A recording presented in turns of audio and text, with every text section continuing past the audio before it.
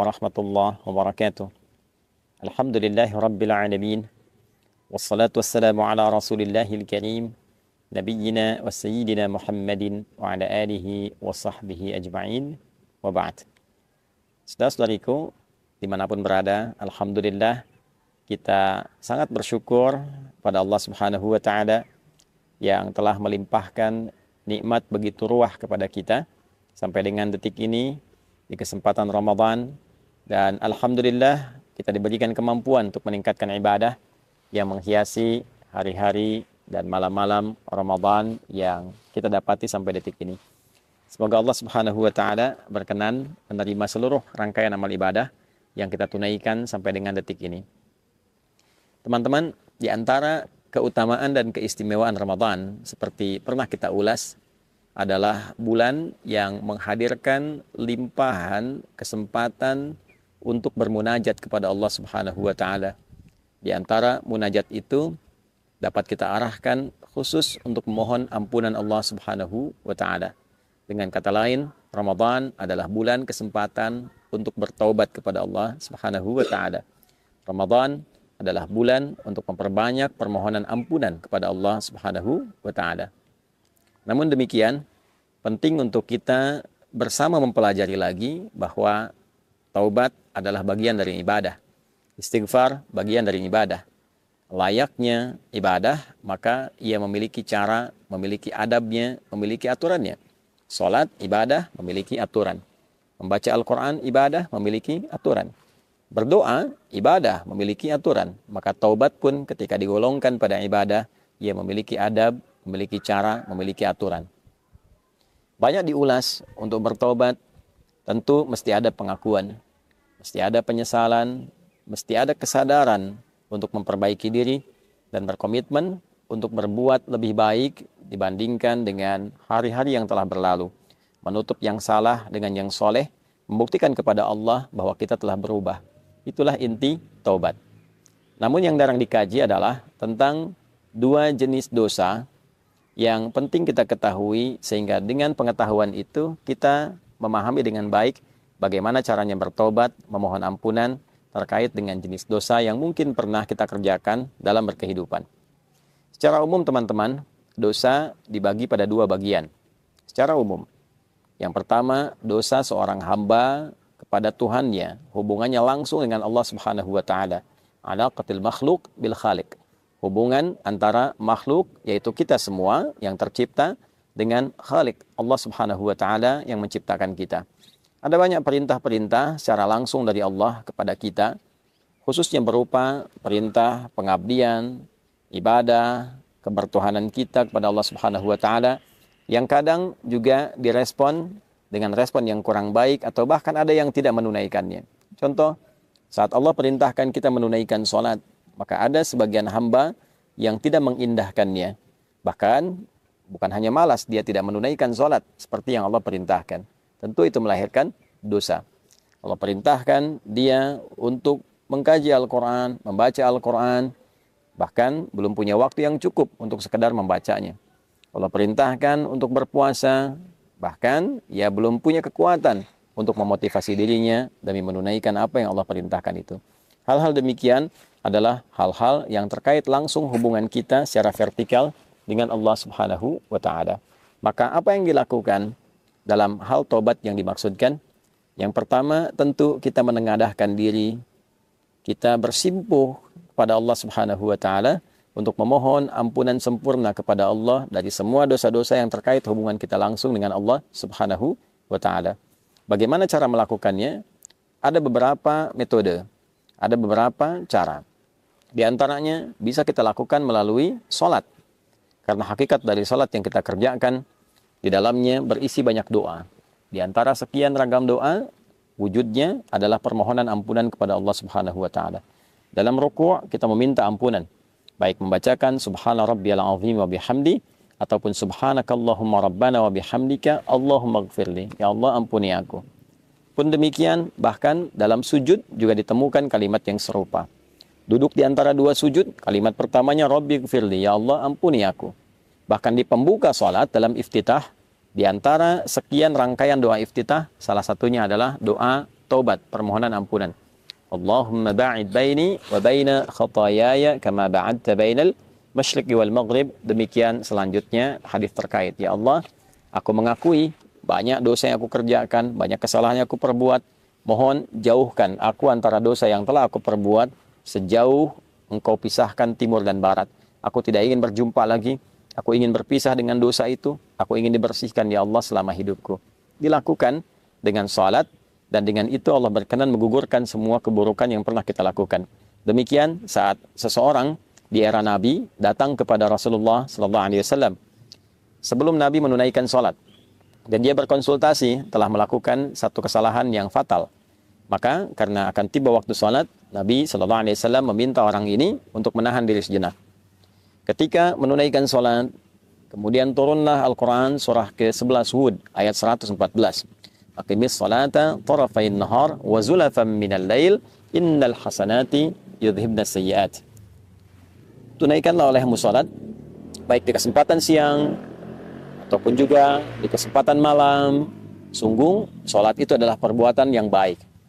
Salat-salat yang kau kerjakan, subuhkah, zuhurkah, asar, maghrib sampai isya, bahkan salat-salat sunnah itu adalah hal yang baik, bernilai pahala dan berpotensi menggugurkan dosa. Hal yang baik, bernilai pahala, berpotensi menggugurkan dosa, disebut dengan hasanah. Jamaknya disebut dengan hasanat. Lawannya sayyiat. Maka hasanah itu akan menggugurkan sayyiat. Hasanah yang saleh bisa menutup yang salah.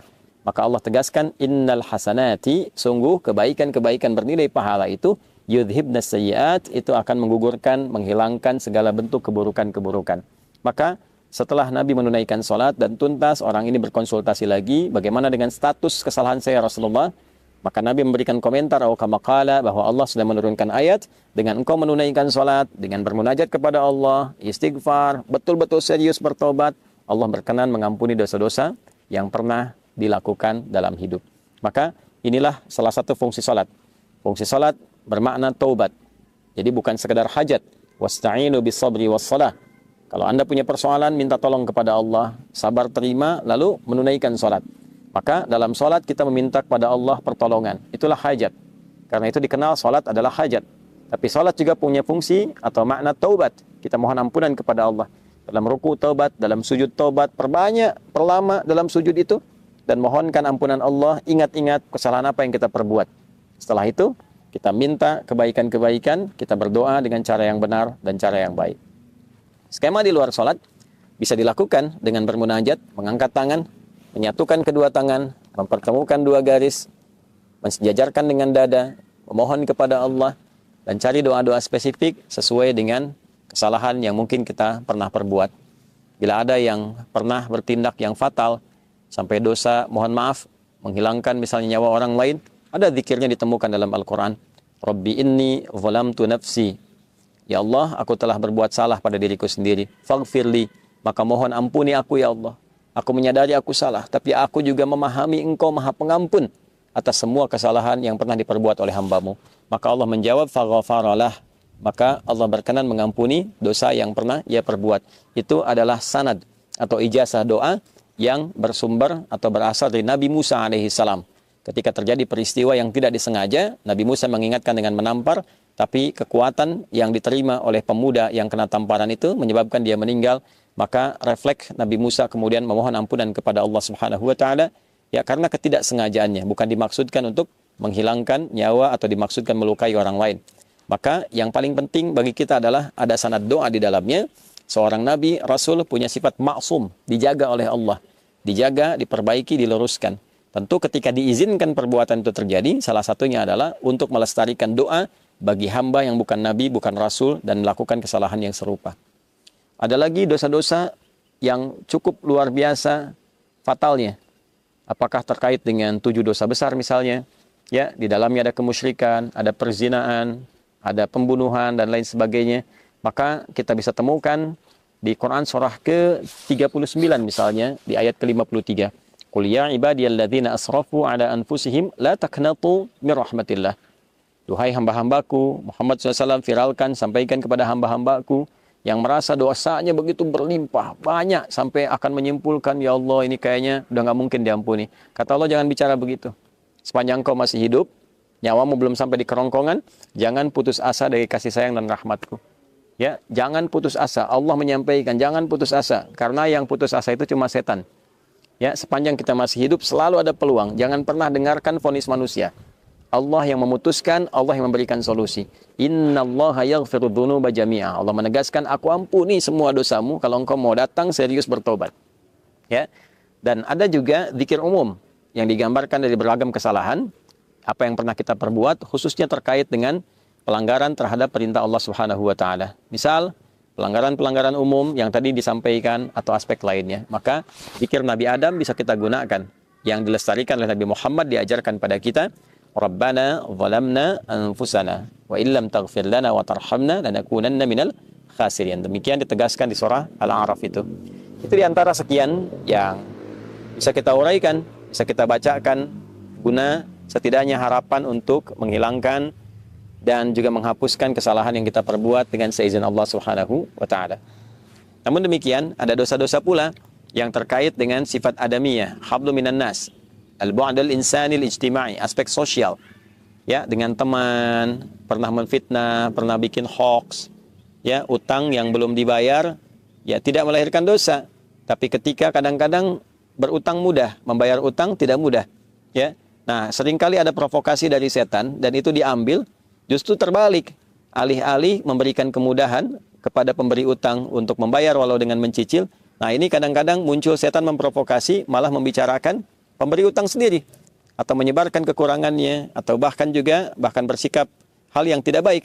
Ya, dia telah memberikan dengan sangat mudah, tapi ketika diminta justru yang keluar misalnya kata-kata kasar, ya tidak dibayarkan, dalam saat yang sama justru menyebarkan aib atau membuat informasi yang salah, yang keliru, sehingga dengan tujuan ingin menutupi kesalahan yang pernah diperbuat. Ini sifat dosa adami, ya, dosa yang terkait dengan sifat kemanusiaan secara sosial.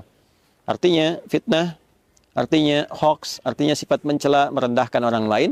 Maka cara tobatnya tidak hanya dicukupkan dengan minta ampun kepada Allah, tapi diharuskan meminta maaf kepada orang yang terzalimi. Ya, jika orang itu mengabaikan, maka ditutup hubungan kita dengan dia.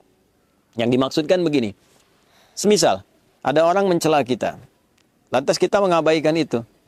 Kita biarkan, kita abaikan, ya kita mintakan kepada Allah solusi kebaikan, saya tidak ingin menanggapi. Maka, kita yang dicela, itu oleh Allah akan ditutup hubungannya dengan orang tadi dalam hal memikirkan dia. Dibuat seakan-akan tidak ada masalah.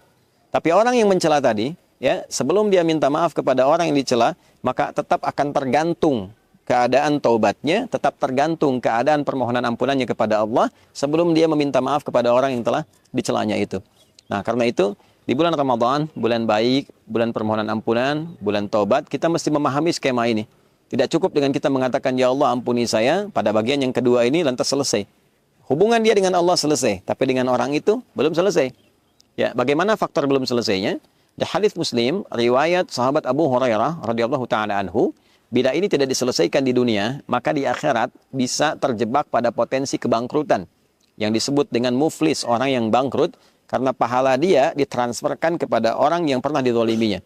Tu'khadhu hadza min hasanati wa hadza min hasanatihi. Dia berbuat salat, lantas dia mencela orang lain, maka pahala salatnya diberikan kepada orang yang dicela itu. Demikian selanjutnya, sampai tertiba ada yang fa'in faniyat hasanatu, habis modal kebaikannya, tersisa keburukannya.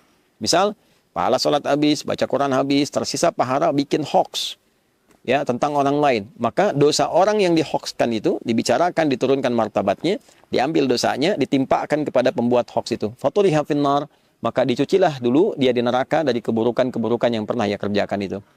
Maka dari itu teman-teman sekalian, penting bagi kita untuk saling memaafkan, untuk juga memotivasi diri mau meminta maaf. Untuk memaafkan, itu sesuatu yang rasanya tidak terlampau sulit. Namun untuk meminta maaf, hal itulah yang kadang-kadang jarang disadari pentingnya untuk dilakukan karena banyak hambatan yang setan hadirkan dan tidak menginginkan hamba kembali menjadi baik. Untuk itu, saya ingin mengingatkan pada diri pribadi dengan menyampaikan sebesar-besarnya. Yang pertama, mohon ampun pada Allah Subhanahu wa taala. Yang kedua, meminta maaf pada teman-teman semua dimanapun berada yang boleh jadi dalam setiap tindakan, perilaku, tutur kata berpotensi menyakiti, melukai, atau juga menghadirkan hal yang kurang berkesan dan berkenan. Mohon dimaafkan, mohon sebesar-besarnya diberikan pengertian, dan semoga Allah Subhanahu wa taala mengampuni dosa-dosa kita semuanya. Allahumma taqabbal minna innaka antas sami'ul alim wa tub 'alaina innaka antat tawwabur rahim. Tubna ilaika ya arhamar rahimin taubatan nasuha waghfir lana dhunubana wa kaffir 'anna sayyi'atina wa tawaffana ma'al abrar. Wa sallallahu ala sayyidina Muhammad wa ala alihi wa sahbihi ajma'in. Wa akhiru da'wana alhamdulillahi rabbil alamin. Adi Hidayat, Rabiati Khairatul Hisan dari Mira. Assalamualaikum warahmatullahi wabarakatuh.